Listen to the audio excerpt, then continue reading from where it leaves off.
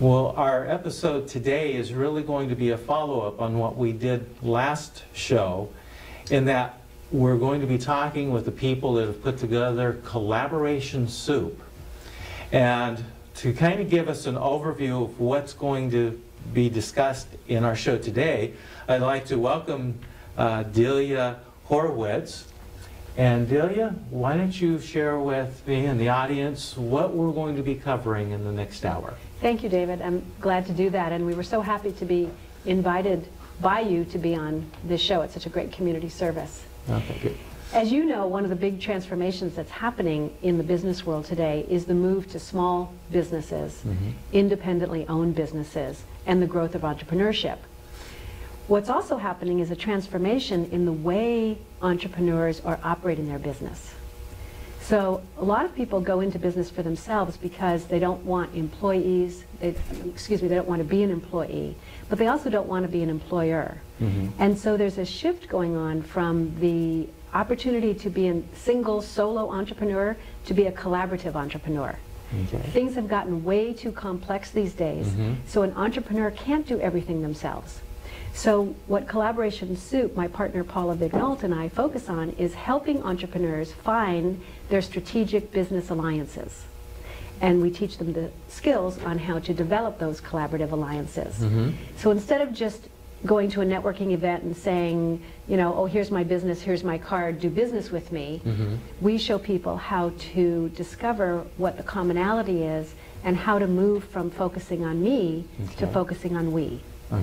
So when you invited us to be on the show, rather than just talk about how to develop strategic alliances, we thought we would invite some of our strategic allies onto the show with us and to move people through kind of the 4 stages that are required when you're looking at building win-win collaborative relationships.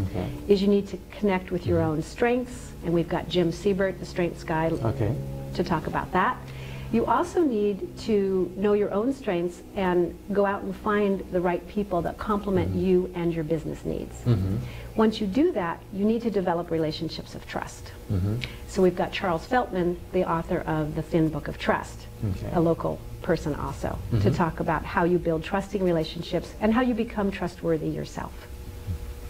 Once you find people and you start filtering who you can trust, then you need to start discovering what you might do together and how you might interact. And you've got to have business systems in place. If you make a promise, I'm going to call you next Tuesday, or you promise that you're going to send me this, then you need to have systems in place to not get overwhelmed by your email and to track your relationships. So we've got Aaron Hoffman, who's the productivity expert, to talk about that. And then Paula and I are going to wrap up with walking people through some very specific steps to find, filter, nurture, and maintain strategic alliances to help grow their business or their project. For some people, they have dreams that they want to accomplish, and it's too complex these days to do it yourself. So that's what the show is about. Well, hello, and again, welcome back to High Profile. My name is David Ryal, and we're in the midst of talking about Collaboration Soup and strategic alliances to grow your business or your project. Well, we've saved for the last the duo who actually put together Collaboration Soup. Just as Charles showed us a book, we have a book from the 2 that are with us. Now, this is going to be the worst part of the show for me, is because I butcher names all the time. Fortunately, Delia told me the best way to remember her name is Delia Cards. So, Delia Horwitz, welcome back. We saw you at the very beginning of the introduction. And then Paula Vigneault. Great. I got it. You did? Perfect. Even the exotic pronunciation. There we go. Well, I'm glad to have both of you here, especially letting you kind of be the last leg of the relay that we've done here on High Profile today. So, Delia, we've heard from you, so Paula, I'm going to let you tell the audience about Collaboration Soup and how this came together, and then we'll let Delia kind of give us some of the background information about what you guys do. Okay, great. Thanks. Well, Delia and I have known each other for over 20 years.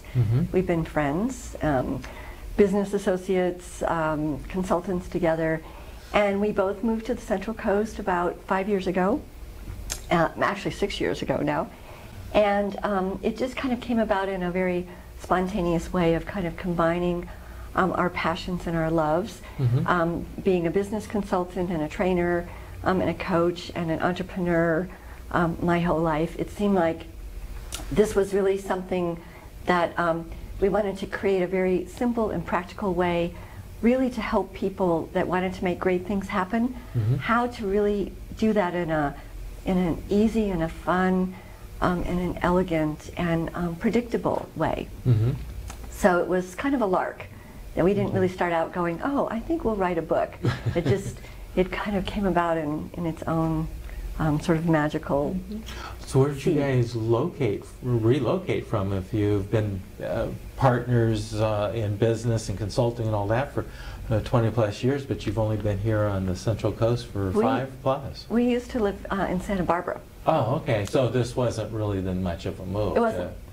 Okay. No, but it was very planned. It was a plan. Move. Okay. Well, of course, you went from one nice area beautiful place to another even more beautiful place. Yeah. So Delia, collaboration soup. What is the recipe? Well, the name came about because what was happening is Paula and I, when we moved here, we got involved in a lot of community activities. And we were going to various community meetings where people were coming together trying to solve local problems, trying to make some things happen in this community. And as professional facilitators, we would leave very frustrated because everybody was there with the best intentions, but the meeting didn't tap the creative genius and passion in the room. We've all had that experience. Oh boy, you come with high times, expectations, yes. right? And you leave feeling hungry and reft. And we thought about the stone soup story and how great it would be if meetings could be like the stone soup childhood fable. It's a Grimm's fairy tale. Okay, well, a lot of our kids, a lot of our people don't know or that. they've heard it and it's in their memory banks. Yeah. Well, the story goes. Overview. Yeah. I will, and it's a fable that's in many cultures, not just the American culture. But there's a famine in the land, and a stranger comes to a village, and the villagers see the stranger and they close their doors and windows and say, "Go away. We barely have enough food for ourselves. We can't give anything to you, so go away." And he says, "No problem. I'm going to make stone soup, and there's going to be enough for everybody." So, what? So he sets a pot to boil in the village square, and out of his pocket he takes a pouch, and out of the pouch he takes a stone, and he plops it in the pot of boiling water. So people are looking at their windows. Is this guy crazy or what, right? Then very loudly he says, "I'm going to make a pot of stone soup. Oh, yum, so delicious. Of course, it would be even better if we had a little bit of carrot or a piece of celery or perhaps an old ham bone." Well, pretty soon somebody walks out and says, "Well, I have a leftover end of a carrot. I have a half of a celery. Well, here's an old ham bone I was going to throw away." Before you know it, everybody contributes what little bit they have. They have a delicious soup. They all come out of their houses. They have a delicious meal together. They all feel nourished. They sing and dance all night, and they never go hungry again. Great story. It's an example of what's happening in our society today.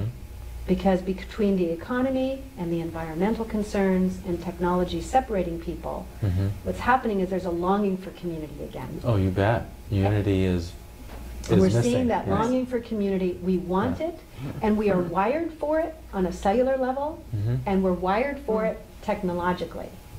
The missing piece is that software doesn't collaborate, people do.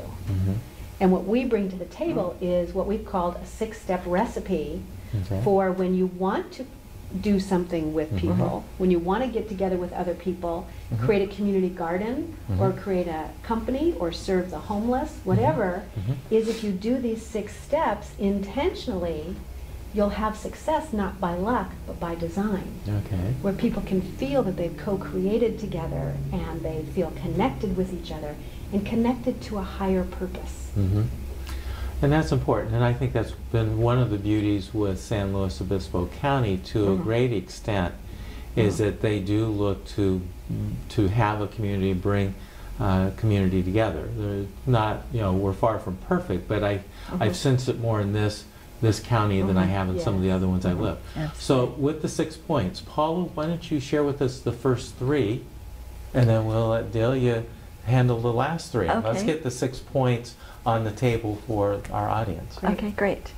So the 6 points are actually spell out recipe, R-E-C-I-P-E. So the first one is ready to go. And where this ties in with the self and the strengths and the trust and the systems is really knowing exactly what it is that I want, being clear about that, and also informing everyone about that. And so the second step is engage my audience, whoever that might be. So if it's a project, if it's a community meeting, but it's really finding all the relevant stakeholders, being not trying to pick the right people, but actually really being open to diversity and who might be people that that really might have a stake in the outcome. The third one, which is the C, is cook the conversation. And so we have a very specific practical number of steps in our book that really talk about the best ways to set up the conditions to have a co-creative conversation that can really turn out very, very effective and very fun. Interesting. So cook the conversation. Cook the conversation. That's the C. We'll have to look into that one. By the way, the key to having conversations that cook is asking the right question and having a process that's going to work. Okay. So when people are trying to form strategic alliances, they'll jump right into, oh, I have this great idea and I really want you to be part of it. And I start selling you. And you're over there Or going, wanting to sell them. Or wanting to sell them. Trying to sell them, right. Right. And you're over there going, but why and where do I fit in? And well, that's not what I had in mind. But if instead you're ready to go by telling you in advance, here's the idea, and saying, I have an idea how to do this. I'd love to hear what you're interested in and being curious. So that's the beginning part of the conversation before you even start it. And then once you have the conversation, a lot of people have the conversation. Great talking to you, that's fabulous. Well, we'll see what happens. Right. Sort of feeling like dropped off. So the I is we have to integrate our ideas. So we integrate our ideas and come up with what are we saying. Not it's your idea or my idea and pick one, but there's an us, there's a we. That's the move I was saying earlier from me to we. So what do we want to do? There is a we that starts. And then once we integrate the ideas, then let's plan the next action. That's the P. Be ready to go, engage everybody, have conversations that cook, integrate the ideas. And then P is plan the action. So what are we going to do? For example, when we're done taping this show, the 4 of us are going out for lunch and we're going to talk about, hey, how was that for us? And what do we want to plan, if anything? And the E is end with clarity. So often people leave a conversation. Dangling conversation. It's a dangling conversation, or even worse is, well, I send you an email, so glad that we agreed to blah, blah, blah. And you read it and you go, I didn't agree to that. What? I didn't say, did I say I was going to do that? And that breaks trust because you don't have the system Which takes us back to Charles's. Yes, so you need a system to end with clarity and be really trustworthy about agreeing to what you're going to do and not do. That's the recipe. Well, with your recipe, I would think that you have a letter that really needs to be massaged, and probably is, and that's the L for listening. I would assume if we're going to cook the conversation, you've got to have a discussion of how do you listen, how do you hear the conversation from people. Absolutely, and we do talk about that in the book. Like I said, each segment has a very short chapter, but the cook the conversation is our longest chapter, I think, in the book, because that's where all the steps come together. Well, how, with what you've shared, how do people get a hold of you or get a copy of the book? The easiest way is to go to collaborationsoup.com, and not only can they contact us through that, but there's a lot of free resources. There's an event, under resources tab, there's an event planning form. We've got a great toolbox that Charles is in. It's called the 3 no-brainer solutions to get other people to do the work you don't want to. I think I better go check that out. Yeah, 3 no-brainer solutions for how to get other people to do the work you don't want to. Okay. And it takes them through kind of a knowing your strengths, how to build trust, have systems, and then use the recipe to co-create. So there's a lot of free resources at collaborationsoup.com. And we customize all the coaching we do. We help people design meetings. It's like from appetizer to aperitif.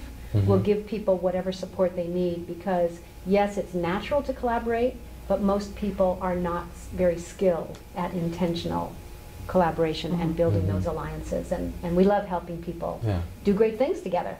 Well, and that's how most of the successful projects throughout history have been done, is through collaboration. Absolutely. A lot of people have great ideas, Yeah. but it's really taking those ideas and making them happen.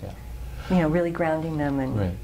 So how in the world did you find a Jim, a Charles, and an Aaron?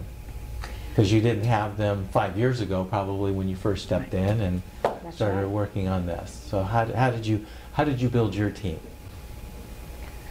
Well, we talk a lot about building strategic alliances, and it really is about building relationships, about being intentional. We have a phrase called farm, don't hunt. You know, a lot of times we go to networking and it's like, how many people can I pass out my cards to? It's not about that. It's about really being intentional about knowing myself so then I can really be clear about who am I looking for. And we were thrilled, we were so pleased to find, 3 other pieces to our 4-pillar foundation right here on the Central Coast. So, well, very good. A lot of talent here. A lot of talent here, you bet. Well, Paula, Delia, thank you very much for joining us and helping pull the program together today and bringing Jim and Charles and Aaron to the table. Thank you. Thank you for Thank you hosting. so Thank you. much. You're Thanks, welcome. David. It's a great show. Thank you.